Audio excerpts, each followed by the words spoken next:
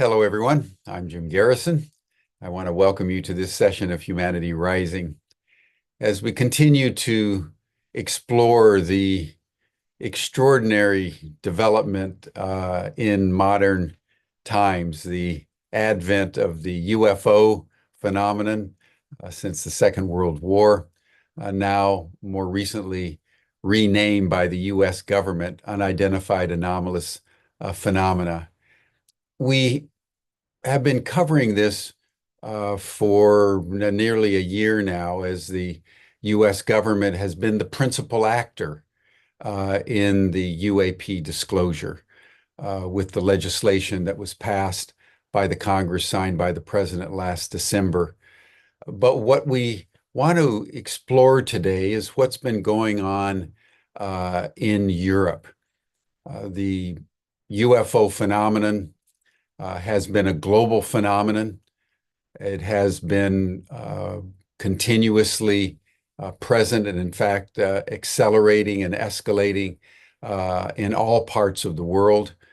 We have evidence of experiences of the extraterrestrials, the non-human intelligences in Japan, in Australia, in China, in Mongolia, in Africa, the Middle East, Latin America, North America, and Europe. What has been the common denominator is the agreement, I would say, between the governments to keep all the information secret. So no matter where you are around the world, the UFO, UAP domain has been active. People know about it, and the governments have been consistently dedicated to repressing that information and following the lead of the United States, acting as if the UFO phenomenon basically doesn't exist. And if you talk about it, you are considered kind of crazy. So we have a global phenomenon of experiences, and we have a global phenomenon of government repression. The tide is now turning. Initially in the United States, but now that the cat is out of the bag and increasingly diverse members of government and the public are stepping forward, whistleblowers are beginning to emerge, principally again in the United States. The disclosure movement is now becoming globalized. And we are in touch through the New Paradigm Institute with citizen action groups in dozens of countries now that are putting pressure on their governments to disclose what they know, because virtually every government has some kind of evidence that it has been keeping secret until the present time. And the fact now that the US government is on record stating that technologies of unknown origin, non-human technologies, and non-human intelligences exist, and has mandated all government agencies and contracting corporations to turn over all the evidence that they've obtained, essentially since the Second World War, is really a milestone in human history.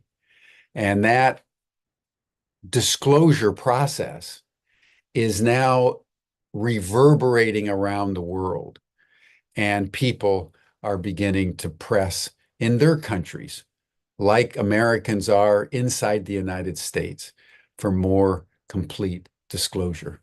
So today we're going to turn to the European Union and to a gentleman that I've recently gotten to know, Joachim Dekkers, who formulated the UAP group in the Netherlands, but has been working very assiduously in the European Union Parliament to get the disclosure process going, although they don't talk about disclosure yet in the EU Parliament, but it is nevertheless something that is gaining momentum. He's an extraordinary individual. He's been knighted by the King of the Netherlands for his exemplary service and humanitarian work. He has a background in the automotive industry, although he now works as a consultant helping companies grow according to the maxim that he's developed of just live and let live. Joachim, I want to welcome you to Humanity Rising. And Joachim will say a little bit more about his own background and we'd love to hear, Joachim, on how you got involved in the UAP disclosure movement. And then he has a PowerPoint that he's going to show just to lay out his understanding of this process and what's going on in Europe. And then I'll circle back, as I always do, for a dialogue for the balance of the time. But Joachim, welcome to Humanity Rising. Hello, Jim. It's good to see you again, and all the other viewers around the world. Welcome. Let's just dive straight in because I got a lengthy presentation. There's going to be a little bit which might be a little bit boring to some, but I won't stick to that for a long time. So let me see if I can get this going in a way that everybody can see me. So if I'm not mistaken, everybody can see me now and everybody can see my presentation. So yes, once again, welcome everybody. My name is Joachim Dekkers. I'm the founder and chairman of the UAP Coalition Netherlands. And I will say more about my organization a little bit later. As Jim stated, I have a background as an automotive entrepreneur and as a volunteer lobbyist. I advocate for several topics which help create a better world. And I was appointed Knight in the Order of Orange-Nassau by His Majesty the King of the Netherlands. And before I continue, I want to thank Ubiquity University for giving me the opportunity to speak today and share with you everything that has been going on in the European Union. So I hope this presentation on UAP and EU introduction will be both engaging and enlightening for you. I will aim to broaden your understanding of UAP by explaining some of the UAP basics and providing an introduction to the current landscape of UAP in the European Union, highlighting some historic events, some research efforts, and some policy discussions. And as you know, the topic has been going on for so many decades, and there's so much history in the European Union as well. For me, it's impossible to cover everything in one presentation, but I'm happy to dive deeper with all of you during a Q&A or any future presentation. So let's dive in and see what we can learn together. So first, I want to start off to define what are unidentified anomalous phenomena. So basically, UAP is anything in space, air, land, or in sea or undersea where no identification is possible. Now, this is a difference from UFO. Jim already explained that the United States government changed the wording. They did that on purpose because as technology progressed, we became aware that the phenomena were also detected by sensor platforms in other domains. So we had to change the wording. And also UAP is more neutral. And you will see later in my presentation why that has helped us to move the topic forward in the European Union as well. And with unidentified flying objects, there's still a stigma around it. So we also, it was just changed. So now that we have defined UAP, how do we recognize UAP? And what we work with in the European Union, as we don't have to invent the wheel again, is what in the United States are working with are the 5 observables made or introduced by Mr. Luis Elizondo, who worked for the United States Pentagon specifically on the UAP topic. So the 5 observables are positive lift, which is the ability to fly without apparent means of propulsion or lift. Then we have instantaneous acceleration, the ability to reach a high rate of speed in a very short period of time. Hypersonic velocity and without signatures. So the ability to travel faster than 5 times the speed of sound with no auditory or physical effects. And transmedium travel, which is the ability to seamlessly move through space, air, and water. And the last one is low observability, the ability to conceal from visual and sensor observation. So what we do here in the European Union, if one of these characteristics are detected or observed, we're defining it as a UAP, and it should be investigated. So now that we have defined what a UAP is, and we've spoken about the characteristics, how do we know that UAP are even real, and how do you prove to your friends and family and your neighbors and the rest of the world that this is just not another fantasy story?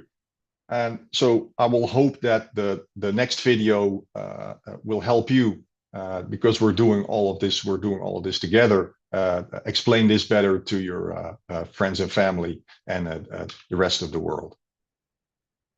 I mean, I think the bottom line is that we don't understand everything that we're seeing, and that's probably not surprising to anybody in many respects. They locked their radar onto it, they followed it, and then all of a sudden it would move. And it had no exhaust, it had no plume, it had no visible wings or any kind of engines. So we don't know what it is, but it's something. That's why I'm announcing that NASA has appointed a NASA director of UAP research. And we want that era to stop. If an airman sees something that they cannot identify, we need to know what that is. There's footage and records of objects in the skies that we don't know exactly what they are. We can't explain how they moved, their trajectory. They did not have an easily explainable pattern. Hello, everybody. I'm Carlin Toner. I'm an aerospace engineer. You know, it really struck me when Dr. Drake opened up this afternoon and talked about this really small needle in a really big haystack that we're looking for. And I'm going to talk to you about reporting, a theme that we've heard a lot. How can we make that haystack smaller and that needle bigger? So reporting of UAP events has received a lot of attention recently, but I think that there are still barriers for people to report. How or where should they report?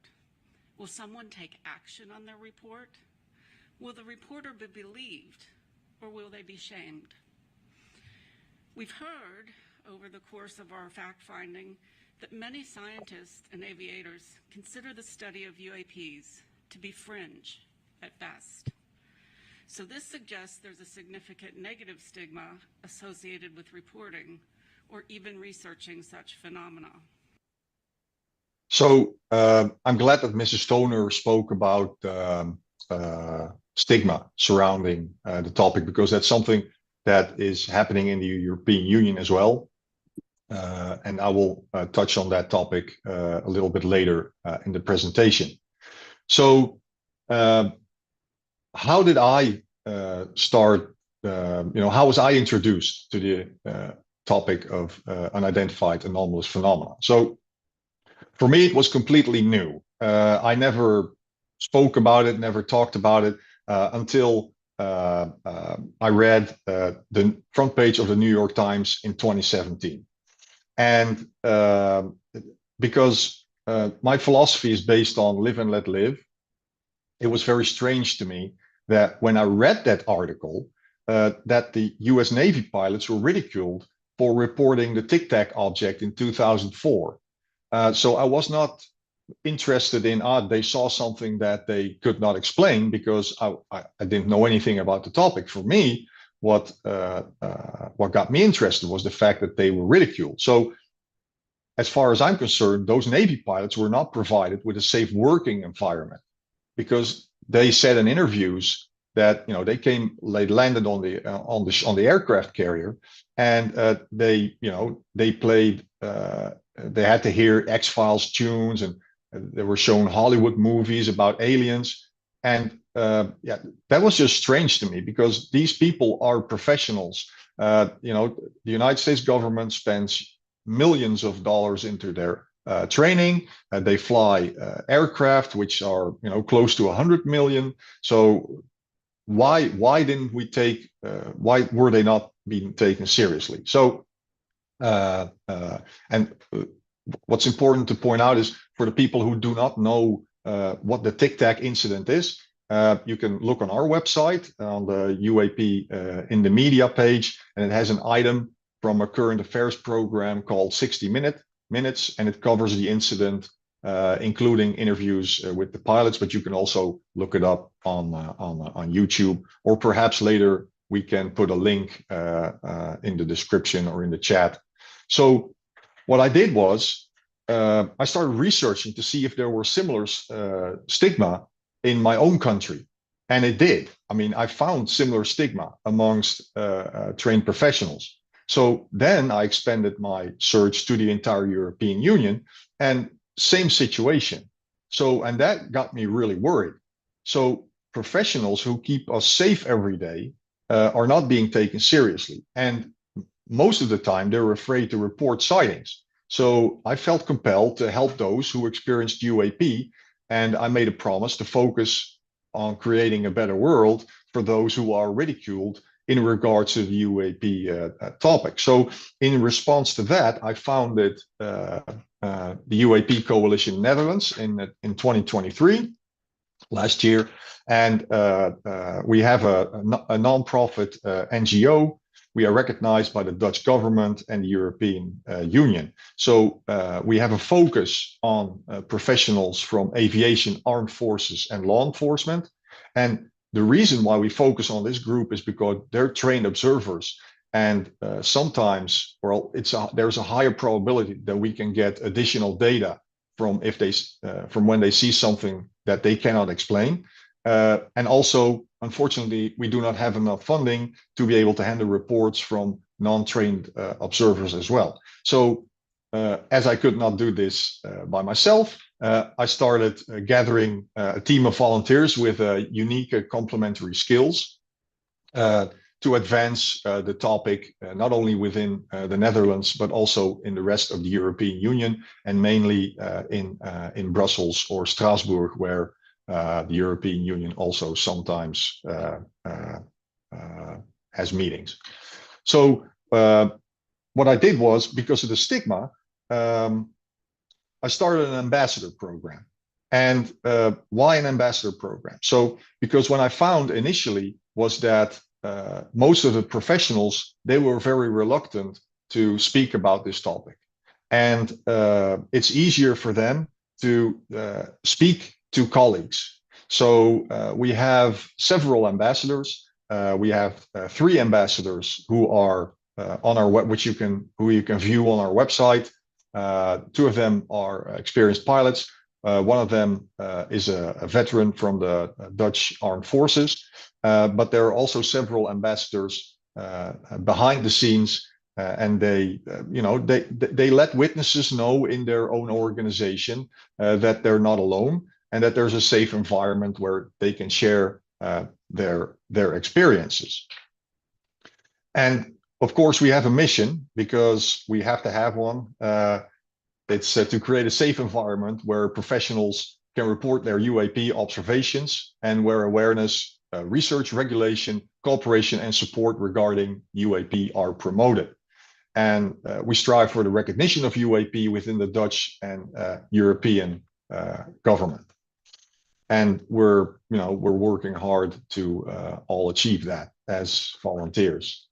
So in the beginning, I told you something about there was going to be a small boring part in this presentation. And the reason why I want to share to you how EU politics work is basically because I want for you to understand how the European politics system works. And so you understand how difficult it is for us, but also other organizations in the European Union who deal with UAP to get the governmental bodies moving on the UAP topic. So we're actively spreading the message about UAP. So, for example, a few months ago, we had high-level meetings with the Dutch Ministry of Defense about airspace security in our country, and also the Ministry of Infrastructure and Water, which is responsible for flight safety in the Netherlands. But like I said, we're also active in Brussels, where the Parliament, the European Union Parliament, is seated. And we have achieved some very positive results already. I will share those later. So let's just dive in how the European politics situation works. So European Union, it's a political and economic union. And at the moment, it has 27 member states. And as of January last year, there are around 448 million people who live in the European Union borders. So we have a complex political system, multiple institutions, and the decision-making process can be long, especially for UAP. So some key institutions are the European Commission, and the European Commission proposes legislation, and it ensures that EU laws are correctly applied. And then there's the European Parliament, and the European Parliament represents the European citizens, and they are directly elected by them.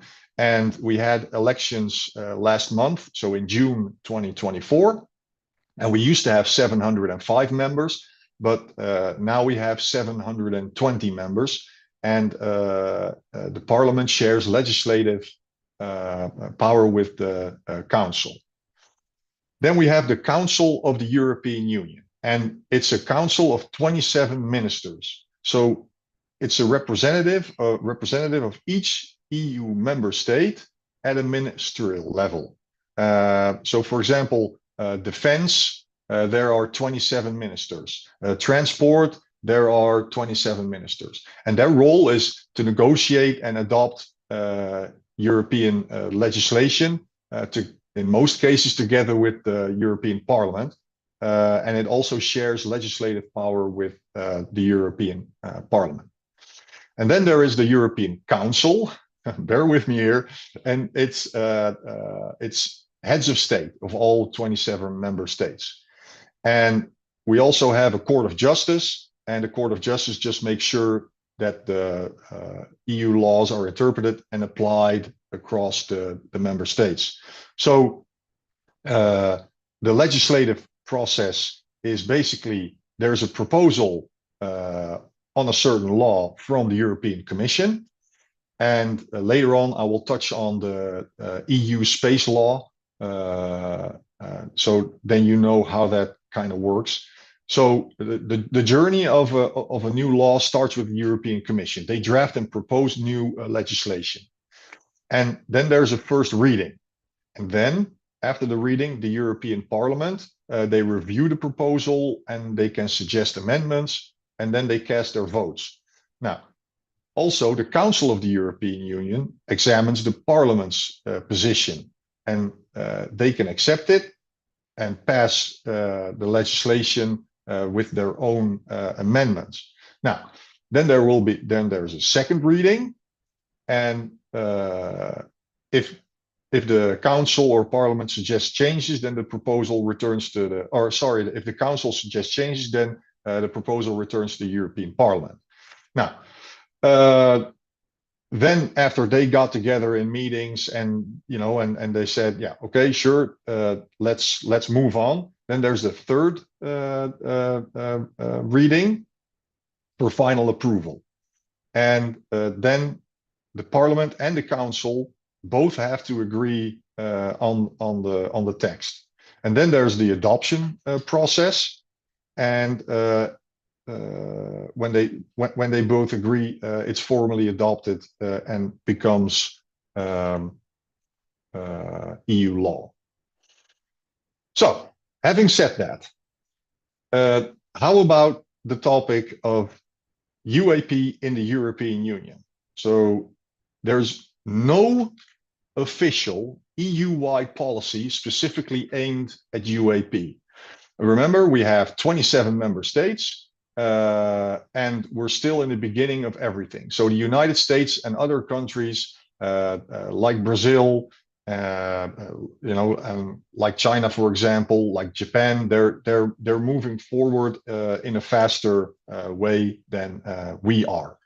And now you know why, because the legislative process is really long and it takes with 27 member states, and we will get there eventually, but we just need to take some time.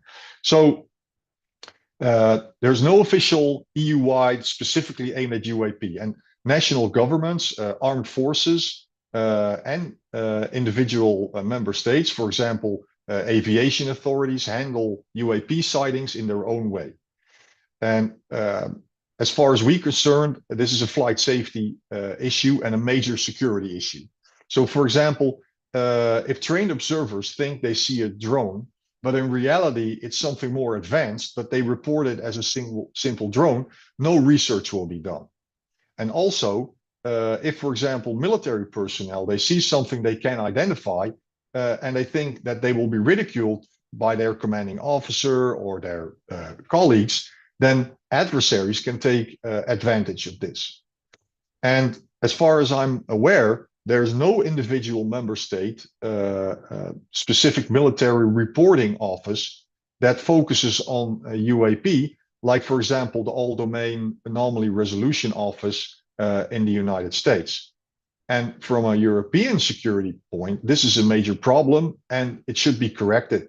And that's why we're also trying to achieve this, to have a harmonized system in the European Union.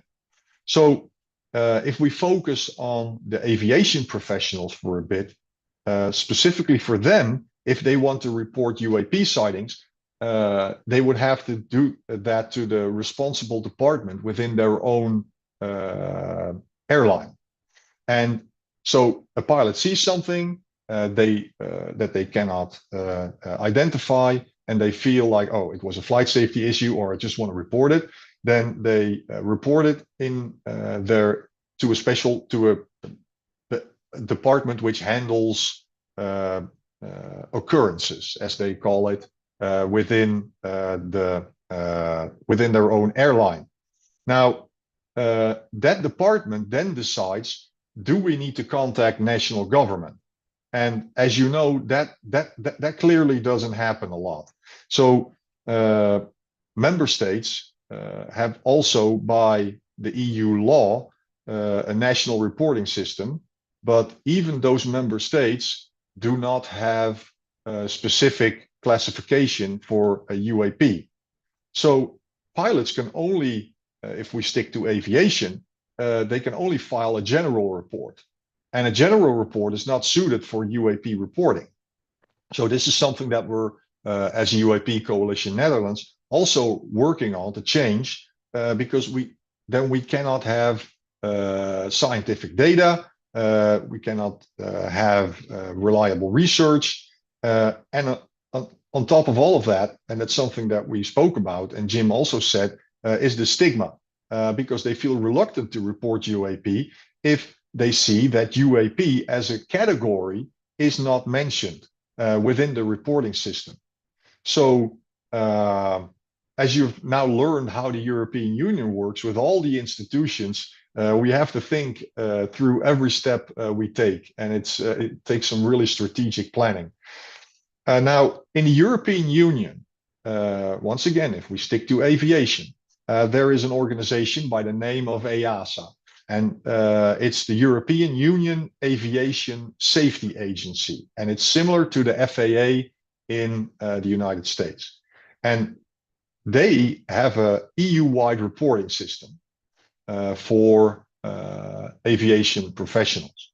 But also, this system is not suitable to report UAP, and it needs to be improved. So this is something that we're also working on, because there are about 32,000 flights per day in EU airspace. And as you all know, flight safety is crucial. We all want to get to our destination in a safe way. So what has happened in Brussels, which is where most of the time the European Union is seated, or the European Parliament is seated? What has happened in Brussels so far? So there through the years, there has been several Parliament questions asked from members of Parliament to the European Commission. So there were Parliament questions asked in 1997, in 1998, in 2004, in 2008, and then last year in 2023, and this year in 2024. So in 2023, there was a member of Parliament. His name is Francisco Guerrero, and he asked questions to the European Commission regarding the US whistleblower David Grush, to see if there are similar situations in the European Union of which he spoke about to the United States Congress. So after that, the focus of Mr. Guerrero was on the EU space law and on flight safety. So we worked together with Mr. Guerrero since last year, and eventually we decided that it was a good idea to have a special EU UAP event inside the European Parliament. And this was never done. So the proposal made by Mr. Guerrero to do this in European Parliament was absolutely fantastic. And the focus was really to introduce European politicians and decision makers with the UAP topic. So during the event, there were about 25 people present and about 140 watching online. And we had several speakers. Unfortunately, I was ill, but my colleague André Jol, who is in the board of the UAP Coalition Netherlands, did an outstanding job speaking about UAP in the European Union. But we also had Dr. Beatrice Villarroel. We had Eduardo Russo from EuroUFO.net, a European organization. We had Ryan Graves, who most of you know, join online. And we had a experienced pilot, Christian van Heijst, who also gave a presentation. And on our news page, you can find a link to a special page that we made about this historical European Union UAP event. And there's a recording of all the presentations and more background information. So as I said, that the EU space law became something which is, in our humble opinion, an important law, and which also was Mr. Guerrero asked some questions to the European Commission about it. So the Space Law Initiative was proposed in 2023 by the EU President, Ms. von der Leyen. And that initiative basically aims to address the economic growth, the technological advancement, and security of the European Union, because we're also launching satellites like other countries are doing, other nations. So especially with more and more satellites and debris in space, we just want to make sure what's flying around. And as UAP Coalition Netherlands, we provided formal feedback on that law last year. And because we believe that UAP should be a topic which is also covered in this European space law. Unfortunately, the law is postponed because due to the elections, and it will probably pass the end of 2024. So what else? So since our founding in 2023, and after the EU UAP event, we've been in touch with several members of parliament and assistants and other organizations which are directly connected to the European Commission or European Union. And at the moment, except for Mr. Guerrero, no one wants to be public. And it's basically Stigma, of course, but also we just had the European elections, and the committees are still being filled, and they're still the new parliament members still setting in. New commission is being elected, and that there will be more room for the topic after the summer. Thank you, Chair. Dear Commissioner, the European Commission is currently finalizing its upcoming proposal for an EU space law. This important initiative advises common rules to address safety, resilience, and sustainability of space activities and operations. However, in the security pillar, there's a gap that needs to be filled. Currently, the EU doesn't have a harmonized and scientific system to report unidentified anomalous phenomena. This topic that needs to be a serious issue needs to be addressed, and is being dealt with the utmost importance in other countries. For example, in the United States, the data collection and analysis of UAP activities in space, civil and military locations is considered as a national security priority. This security concern also led to the creation of a space research program inside NASA. Therefore, it is fundamental that the EU Commission includes in the European Space Law a program to collect data on UAPs, as well as a scientific body to analyze these events in a transparent and public way. Thank you very much. And you just saw Mr. Guerrero ask questions regarding the EU space law to the European Commission. Now, as I told you that the members of parliament, and especially just before the European elections, did not want to publicly speak about the UAP topic. And this is all in part because of stigma. So is there also stigma in the European Union? And yes, absolutely there is. There is a cultural and social stigma. And basically cultural and social stigma is when society collectively decides certain topics are, silly or not worth serious attention. And the fact that the topic is sometimes also associated with conspiracies is not helping.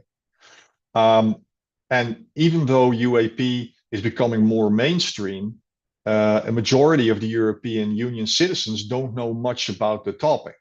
And therefore, it should be introduced in an approachable manner.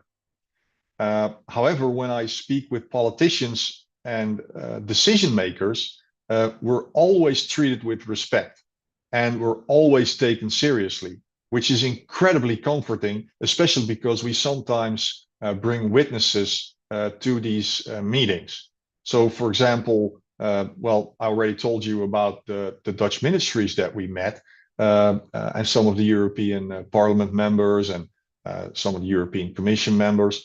And never during those meetings were witnesses not being taken seriously, ridiculed, or laughed at.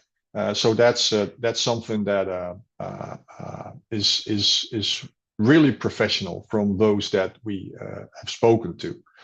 But we witness stigma firsthand because we focus on the professionals who are active in aviation, law enforcement, and armed forces. And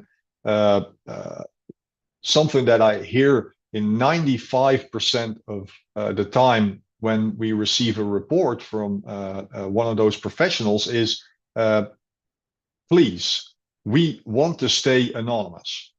And of course, our successful ambassador program is reducing the stigma, by showing that we're a serious organization and not only us, but that there are other serious organizations out there as well.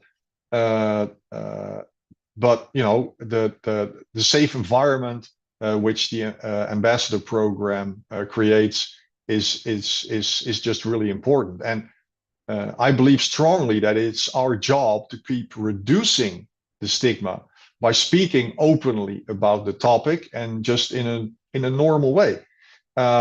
So this is not just me, but it's everyone who's watching right now and in a later time. We all need to work together on this. So yeah, and that's just really important. So especially for those professionals who contact us, we also have a psychologist and a social worker in our team. If they want help in dealing with their experiences, because some of the witness events or incidents that we hear about are, some of them are life-changing. So stigma is also present amongst European Union researchers. As Ms. Toner said in the video I showed you earlier from the FAA and during the NASA press conference, the EU researchers, most of them, they consider UAP to be fringe, and the stigma has led to a situation where scientists are afraid to explore UAP because they don't want to be laughed at or be seen as unprofessional. So they don't want to risk their career or reputation. And funding organizations are thereby reluctant to support studies in this area. And the lack of research means we're potentially overlooking phenomena that could teach us a lot about our world and beyond, because we're as humanity, we think we're we know a lot, but there's still a lot even more that we don't know. So we should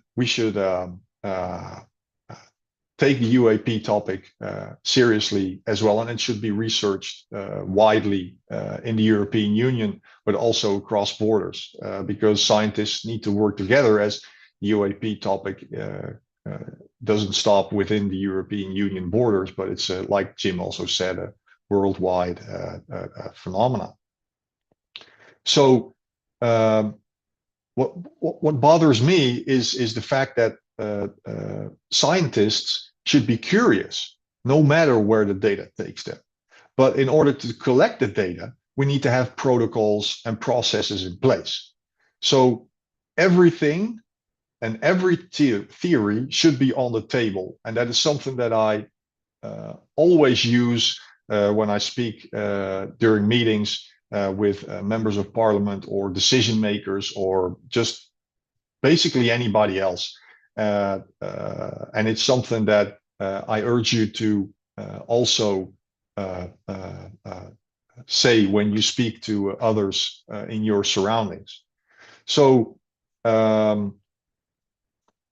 luckily, there are a few small research projects in the European Union who study a UAP, but they receive minimal funding. And my humble opinion is that scientific organizations and universities should support researchers who want to study UAP.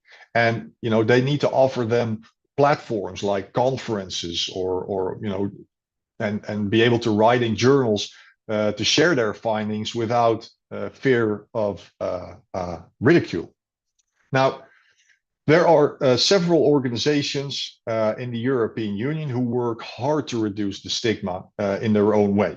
And some of those organizations who are working hard are several chapters of MUFON, the Sol Foundation, for example, Unhidden in the United Kingdom, the European Union network, EuroUFO.net, and news outlets like UAP Check and Sentinel News. And also the UAP Coalition Netherlands. We're trying to do our best to reduce the stigma through media and to have serious conversations with government and government-related organizations. We also send out press releases every time something important needs to be shared. So yeah, so let's just work together to reduce the stigma. You know, and I think that's just really important. Remember, strength in numbers, and that's especially true for this topic. So I want to show you a short clip of a Dutch military veteran, and he was witness to a UAP in 1979 at a Dutch air base, which was shared with the United States. And they saw something that they cannot explain. He was not alone. There were 12 other Dutch military guards. So what I want you to do is just listen and look how he responds to the Dutch Air Force investigation, because they did the Dutch Air Force did an investigation on the incident. So he feels that they did not take him and his colleagues serious. And just watch his expression, so you know, yeah, how much emotion these people have been carrying with them since 1979. In Soesterberg maakt de luchtmacht aan alle speculaties een eind. Ze komen zelf met een verklaring voor de waarneming van een militair. The volume is too low. Please turn up the volume to the recording. There's no sense in playing it if we can't hear it. Het zijn luchtspiegelingen, het waren dit en er was dat. Ja, en daar, kijk, dat kan niet. Als er zoveel mensen hier om je heen staan, hadden ze dat 100% serieus moeten nemen. So perhaps some other time I can hold a presentation on Stigma itself, because it's 80 years in the making, and it's impossible to capture everything in a few slides. So now to move on to some sightings and incidents in the European Union. So sightings have been going back for thousands of years within what is now known the European Union. And there are several, you can look them up online, but I want to share two with you. So in 218 BC, a Roman historian called, I hope I'm pronouncing it correctly, Livy, recorded that, and it was just before the Second Punic War, recorded something about witnesses seeing phantom ships above the sky in Rome.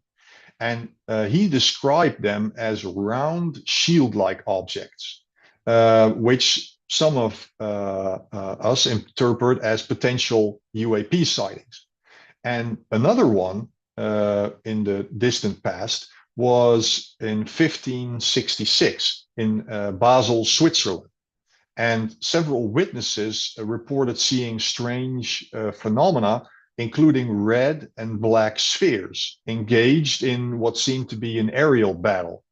Now, these events were recorded on pamphlets and also are by some cited as UAP sightings. And the interesting fact is that round objects or spheres are reporting being seen the most, according to the Pentagon Department ARROW, which I spoke about earlier. They published a report last year, or in November 2023, and as you can read in the report, the majority of sightings being seen were actually spheres or round objects. So that makes us wonder what it could be, as these are typical shapes that have been seen for more than 2,000 years. And we didn't have drone technology, which we have today. So yeah, what could it be? Within the European Union, there are some notable incidents that I want to touch upon. Most of you will probably know them. For the people who are new to this topic, there are two key incidents. There are many incidents, but two of them One of the first ones being the Rendlesham Forest incident, which often is referred to as the Britain's Roswell.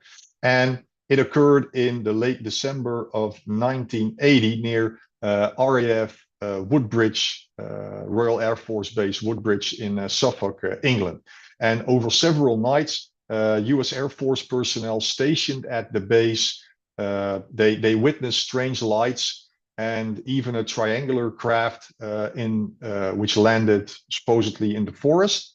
And some of the servicemen who approached the object reported experiencing various anomalies, equipment malfunctions, physical effects, and the event was documented in official reports, even by the Deputy Base Commander, Lieutenant Colonel Charles Holt.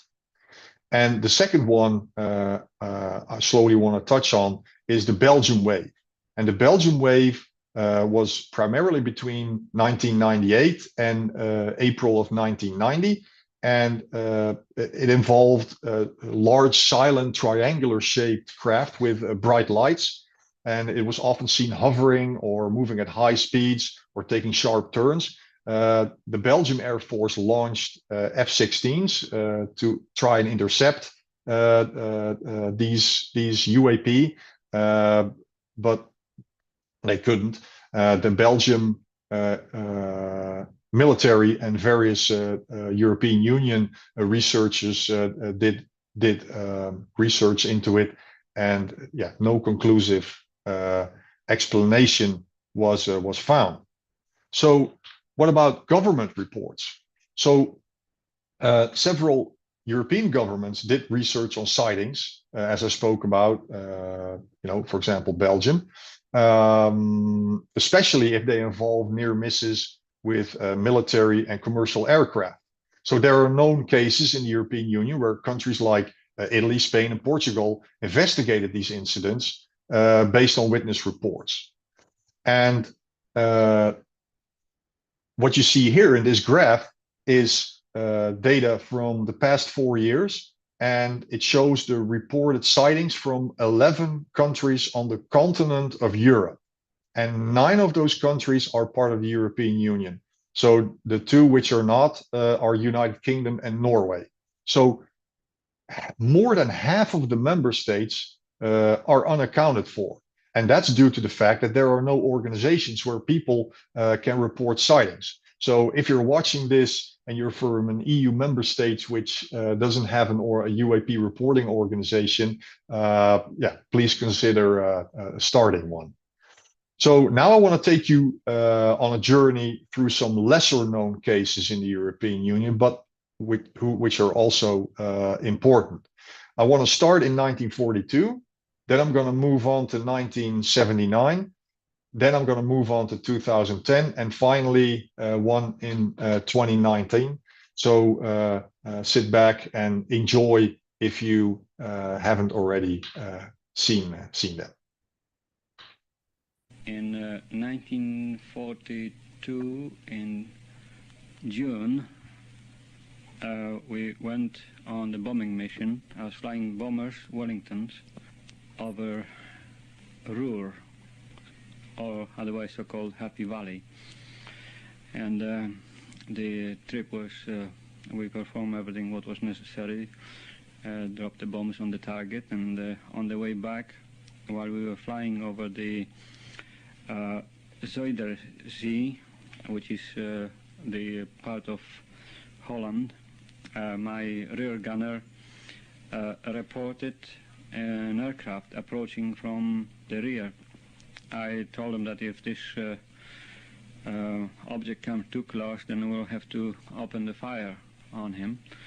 And my idea was that perhaps it was a German fighter aircraft equipped with a searchlight in the nose.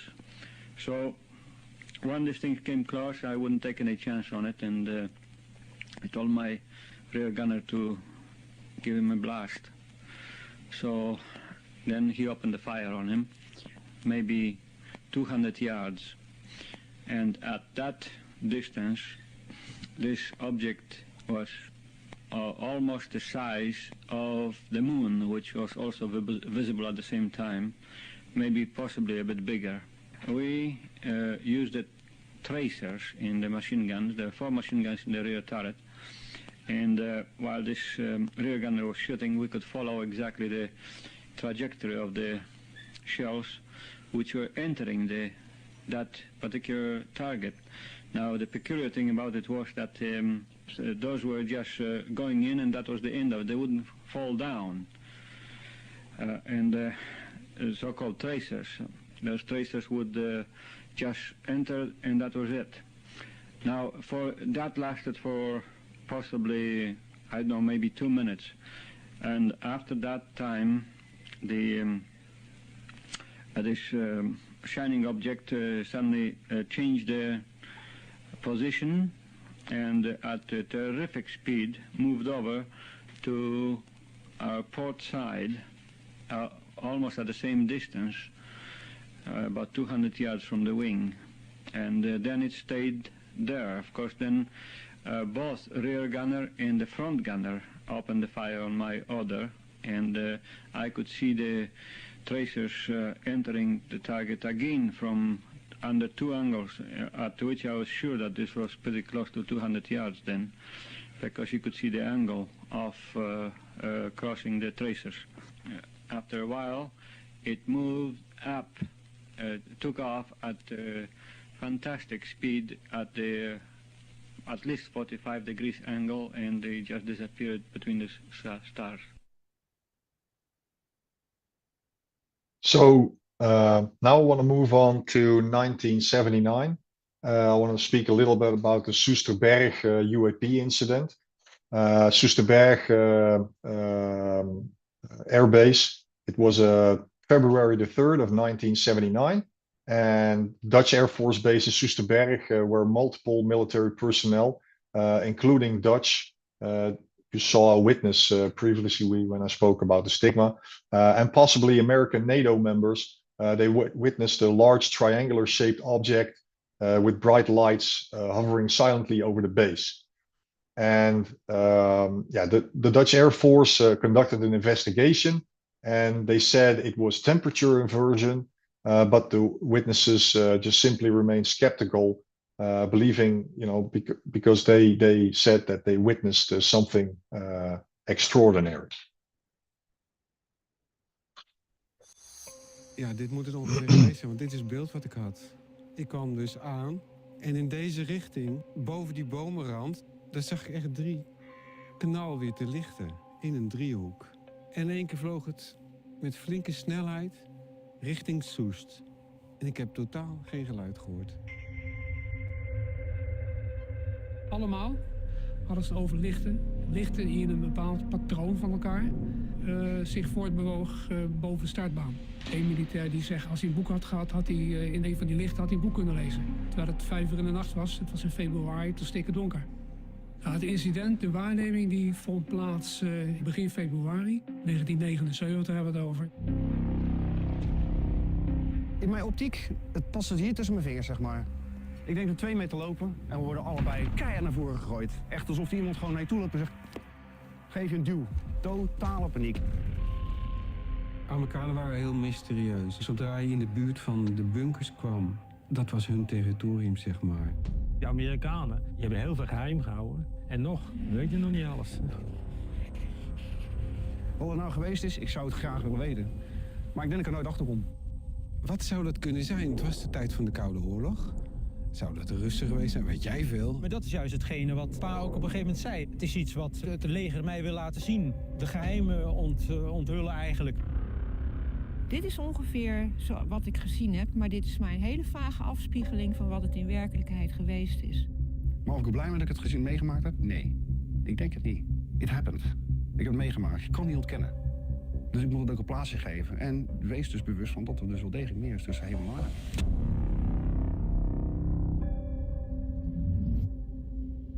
Want het is natuurlijk frustrerend om te vertellen aan de hele wereld van, ik heb wat gezien, ik ben niet gek. En met mij nog 11 andere collega's, we hebben het allemaal gezien, maar jullie geloven ons niet. What if?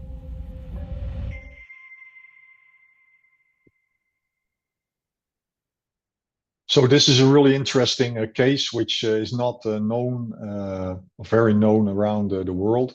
So if you have a chance to go see the documentary, I'm sure you can find it online, or we can share a link where you can find it later. So next, I want to move on to a conversation between several pilots and air traffic control tower in Schiphol Airport, which is Amsterdam, the Netherlands, in 2010. And they witnessed a stationary bright light, which was also seen by several other flight crews. So if we consider the 5 observables, what we spoke about, it's clearly a safe flight safety risk situation because no communication is possible with the UAP, and the flight crews in the control tower don't know what the UAP will do. So let's move on. Ground, hello, this is the Taylor 1515. 1515, hello, runway 36 left, Victor 3 cleared for takeoff. Wow, runway 36 left, that's Victor 3 and cleared for takeoff, Taylor 1515. You didn't see that one coming, good night. Absolutely. Taylor 1515, just passing 3,000 feet and 2,500 on our left seems a stationary small white light. On the grounds, or? No, it was level with us at 2,500 feet, around about 500, 600 yards, meters to our left. Well, there's nothing on radar and no aircraft, so I'll have a look outside as well. Yeah, we're both looking at it, wondering what it was. Quite strange, but small white light seems to be stationary. Okay, but you didn't see it anymore now? No, it's gone now. We're just going into clouds now, but it was just, just sitting there. That's all I can describe, really. Okay. Well, that's copied 1515. Stand by. 515, climb level 900 in contact 1237. Okay, 90, 1237 now. Thanks for that, Taylor 1515. Er gebeuren allemaal vreemde dingen. Ik weet niet of u net gehoord heeft wat de 1515 meldde. Ja, hebben we ook gehoord, ja. Heeft u het ook gezien? Want wij zagen het wel. Nee, wij hebben het niet gezien. Nou ja, er is niets op de radar te zien, maar daar was dus gewoon een licht in de lucht met een lichtbundel. Een soort Chinese, hoe noem je dat ook weer, kaars? Ja, nou, daar was het een grote lichtbundel voor. Ik weet het ook niet, maar Taylor 195, runway 36 left, cleared for takeoff. Taylor 195, cleared takeoff, runway 36 left. Ja. Nou. 1515, Howard? Yeah, 1515, go. Okay, well, we saw the same as you saw, so you're not crazy. We looked at it as well, and suddenly it disappeared. It seems to have 2 shining lights on both sides in an angle of 110 degrees. Yeah, well, there's a close encounter of the unusual kind. Yeah, indeed it was. Are you making any notes of this? Do you write it down in your trip report? Stand by, I shall confirm. Yeah, we can put in a trip report about it, and we'll say we've confirmed, we've talked with you, and you also were visual with the same object. Okay, well, we'll make a note of it as well then. Good night. Okay, good night. Hopefully he's not following me. I hope so. No, it's gone here. Okay, we thought we were going a bit mad. Well, cheers. Well, you see everything in the sky. Then usually something you can't explain. Yeah, indeed. Good night. Good night. So this was an interesting case as well. And finally, I want to move on to a case from sighting in 2019. So as you all know, we receive reports from professionals, and sometimes they even have video or images. Now, this image was part of several images that we received from an experienced Dutch pilot who in 2019 with his flight crew were flying back to the Netherlands, and because it was a clear sky, They were just enjoying the view, and they suddenly noticed a stationary bright plasma blue light. And what's special about it, they were watching it, and it changed shape. From first it was elongated, then it changed to a triangle, and then finally a tic-tac shape. And they were able to take several pictures, and this is the one of the final moments of the tic-tac shaped object or phenomenon, UAP. And what they did was they asked air traffic control to confirm if they had anything on radar. But they told the flight crew twice, they told the pilots twice that they had nothing on their radar. So what they did was they contacted other airplanes, and 3 other flight crews confirmed this UAP, and they all saw it. So the sighting only lasted a few minutes. And remember, it was stationary, and they just saw it. They blinked with their eyes, and they just saw it shoot away at incredibly high speed. So that was also one of the observables that they found, or that they saw. So what kind of scientific investigations are being done in the European Union? So are there any major studies? So in France, there's an organization called 3AF. They're active. They work with professionals in all sectors of the French aerospace. And within 3AF, there's a group of experts who deal with UAP, and they have a project called Stigma 2. Now, they do this scientific research into instrumental observations inside and outside France. And in June of last year, the project held their first international conference in Paris, and they also collaborate with other organizations across borders.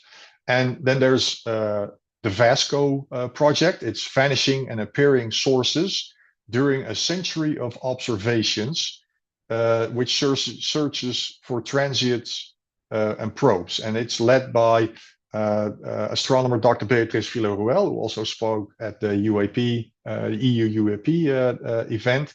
And she's from the Nordic Institute for Theoretical Physics, Stockholm University in Sweden. And they are investigating anomalous high-altitude flashes of light that appeared and disappeared within minutes in photographs from 1952 and other years, which seem to indicate unknown objects in space. Very interesting study.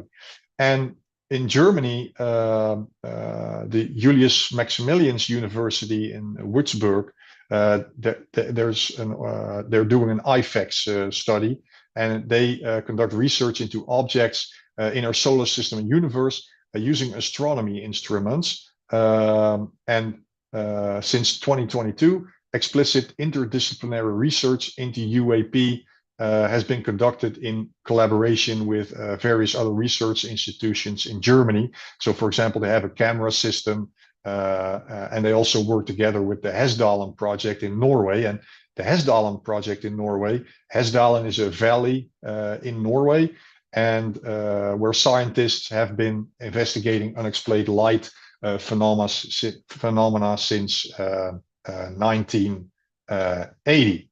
Really interesting. So are there member states which are doing research?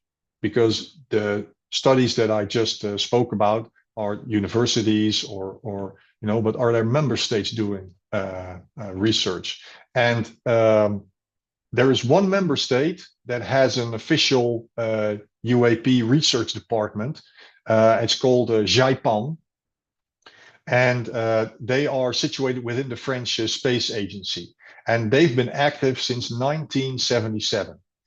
And unfortunately, they only focus on France, but as you can see on the lower left corner, that they have 98 D cases. So, which is a UAP after investigation.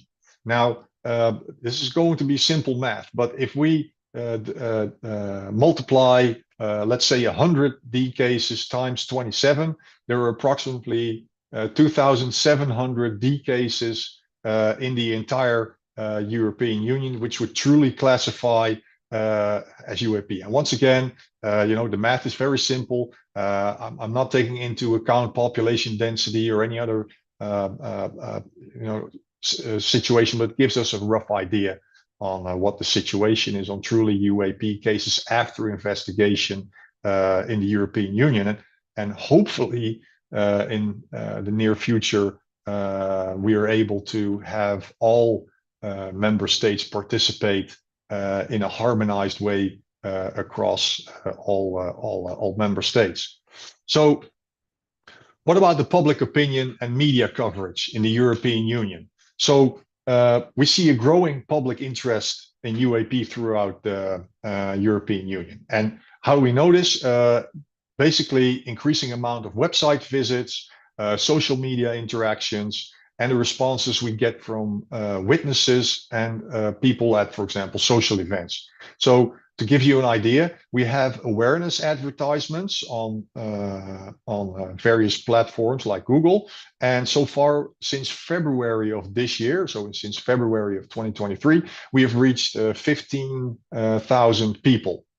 And a fun fact about our outreach awareness advertisements is, for example, we even had visitors from outside the European Union and remote areas like Micronesia.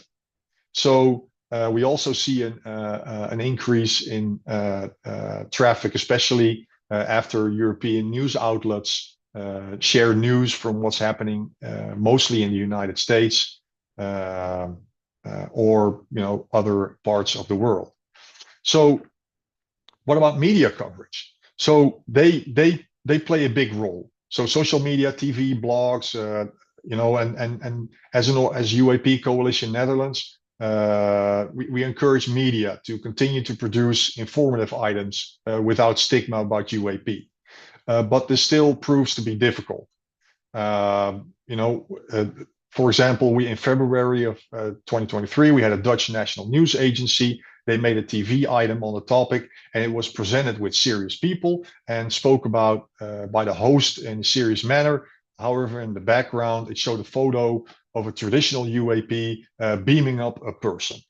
And because of the stigma, this scares witnesses who are thinking to go public with their experience, because the thought behind using an image like that is just, to ridicule it, to make fun of people. So my humble opinion, that's ridiculous, and it needs to stop. So this shows there's still much work to do, like I said, within the European Union, because the vast majority of people are not ready for this. So once again, it's our job to work together on removing the stigma, so we can have a serious dialogue instead of a discussion. So I have a message for people who work in media and watching this. Please treat this topic seriously.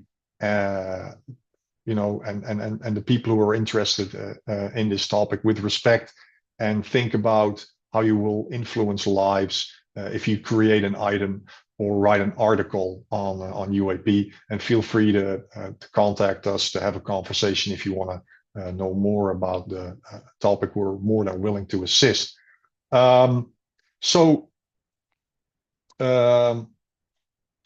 Moving on to the conclusion of our presentation. If you're active as a professional in aviation law enforcement or armed forces or another trained observer, feel free to contact us or our ambassadors and share your experience. Through that, we will be able to reach more politicians and do more in the European Union to create a safer working environment, not only for yourself, but also for your colleagues. And remember that everything is being treated in confidence. So as I conclude my presentation of UAP or unidentified anomalous phenomena in European Union, UAP still remains a big mystery to most of us, and it's also a flight safety and airspace security issue here in the European Union. As we've seen, slowly more research is being done. People within the European Union are paying more attention to the topic, and it just shows how important it is to learn more about UAP. So looking ahead, I feel there's a lot of hope. If countries, scientists, people like us work together more, keep speaking about it, keep talking about the topic, we can make some real progress. And we might even see some new policies or research projects across borders that help us understand UAP better. Because, as humanity, as I said before, we think we know a lot, but, we don't. So there's still a lot to learn. So I also want to say something to those people watching who have had an experience which they cannot explain. You are not alone, and you will never be alone. So the UAP topic is worldwide, and therefore the community is huge. So just stay strong and reach out to others so you can share your experience, and as that will help you give your experience a place in your life.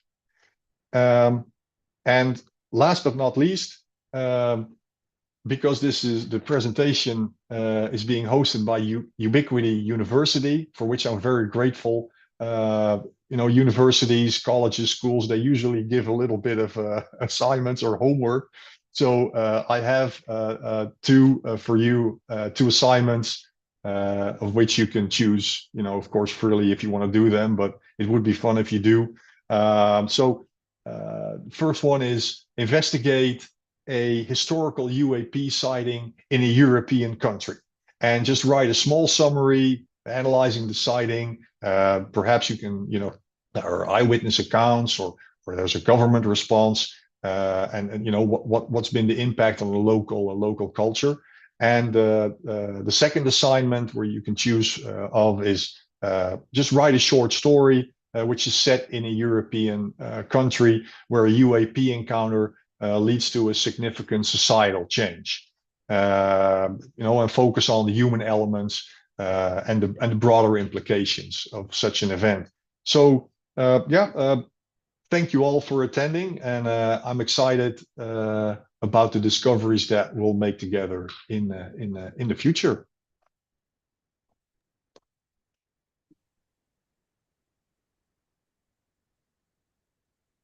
Thank you, Joachim, very much. That was very informative and comprehensive.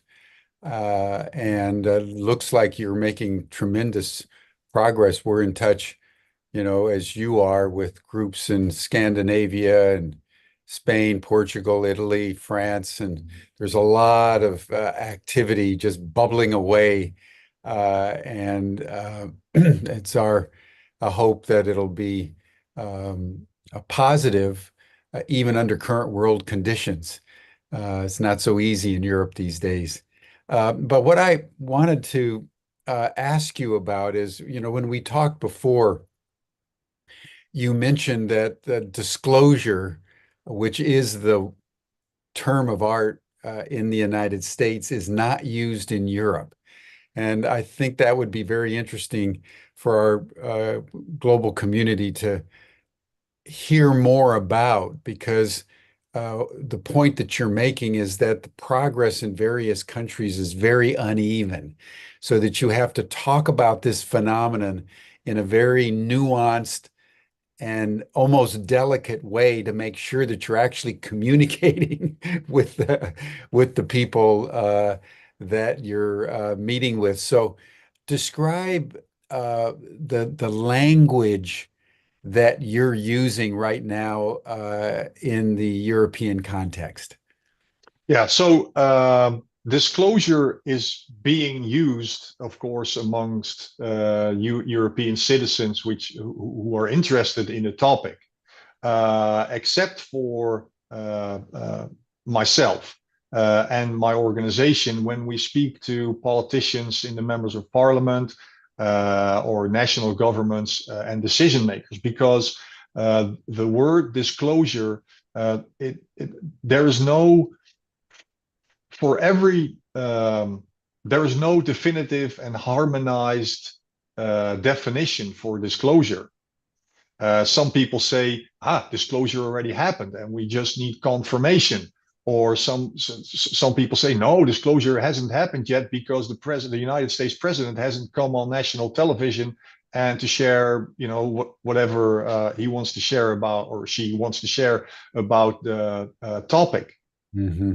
But the issue in the European Union is that it's the stigma surrounding the word disclosure, because it, in the European Union amongst politicians, is still that it's connected to ET, NHI, and that's why we don't use that wording, because in the European Union we're not ready for that at all. We're way behind the United States, so that's why we had the UAP event in Parliament in March of this year, to get the people who need to write the legislation, pass legislation and laws which will harmonize the UAP topic, which will eventually make scientific research possible, funded by the European Union, a harmonized reporting system, reducing stigma, all these things, they were just introduced. So we don't use anything that has a stigma around it, and we just try to move away from that as an introduction, and to make it more accessible to those who are elected. Now, let me just ask you about the UFO UAP terminology.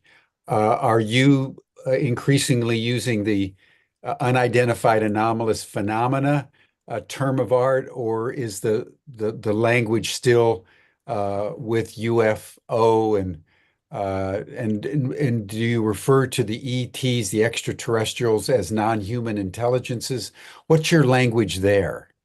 So when it doesn't matter to who we speak or to who I speak, I always use UAP, because like I said in the beginning, more sensor platforms, as technology progressed, they're seeing it in other domains, and we have actually proof of that. So a flying object doesn't, it's not flying under the sea. It's and perhaps it landed somewhere. That's possible too, or somebody sees it on land. So what we did is we didn't reinvent the wheel. We just are using what the United States government is using. So the wording UAP. Regarding ET, NHI, we don't touch on that subject at all. And I'm not saying, citizens in the European Union, but when we're speaking to governments or other organizations, we don't touch on that topic, because once again, like I said, and I always say this, every theory should be on the table. So if it comes up, which it hardly ever does, it's a simple, we don't know what UAP are, because there is no data being collected except in France, or by volunteer organizations in countries in the European Union, which you have seen are only inside the European Union 9 countries, and you saw the data. So it's not much, and that's why we're working so hard to achieve momentum in the European Parliament. To get to the same level as where the United States and some other countries are. And then another question, Joachim, is on polling data. In the United States, roughly 60% of the American public have either seen UFOs or know somebody who has had one experience or another. And there's a general plurality of U.S. citizens that take the UAP phenomenon as genuine and real. And I'm wondering what's the polling data in Europe? Is there no polling data at all? Well, first, UAP are real. There is no doubt about it. As you know, you don't need to convince me. No, absolutely not. But so there is polling data, but I do not have them off the top of my mind. Perhaps we can share that at a later moment or put it in a link somewhere. But I have to get back on that. Oh, okay. Because that would be very, very interesting. My sense is that it's essentially a non-issue.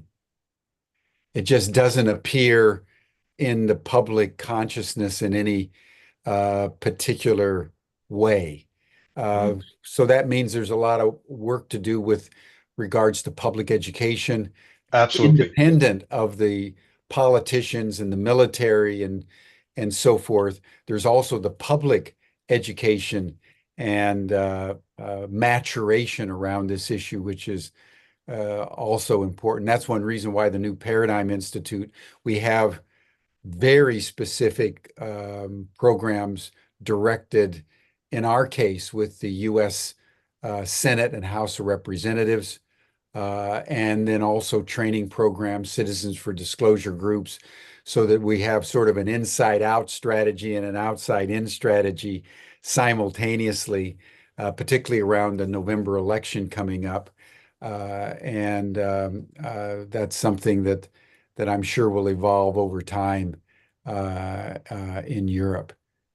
Absolutely. And raising awareness is incredibly important. As I stated in my presentation, the media is various platforms, media like social media or podcasts or TV. It doesn't matter.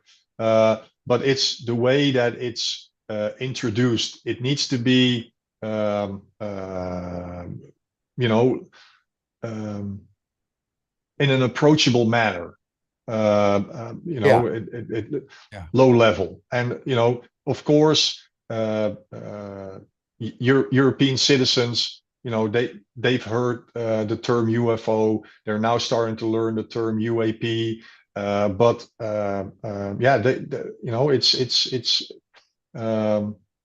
it's important that we introduce the topic and continue introducing the topic in an approachable manner. And what you're doing with New Paradigm Institute, and now here through a chance that you're giving me through Ubiquity University is